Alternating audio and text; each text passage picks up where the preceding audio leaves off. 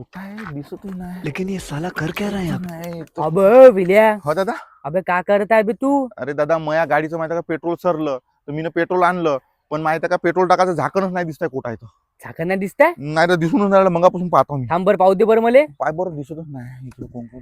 अबे बैताडले का? अबे पेट्रोलची गाडी नव्हे, चार्जिंगची गाडी वेळ चार्जिंग करायला लागते. चार्जिंग करावं लागते का? मग नाही का बैताडले काच? अबे ते सोड. अबे तू नवीन गाडी घेतली? दादा घेतली नाही मला माहिती का फ्री मध्ये भेटली. अबे कुठून? दादा वनी मारेगाव रोडवर माहिती का श्री दत्त नगरी आहे त्यांनी माहिती का प्लॉट खरेदीवर एक स्कूटर फ्री देत आहे. हो का? हो दादा.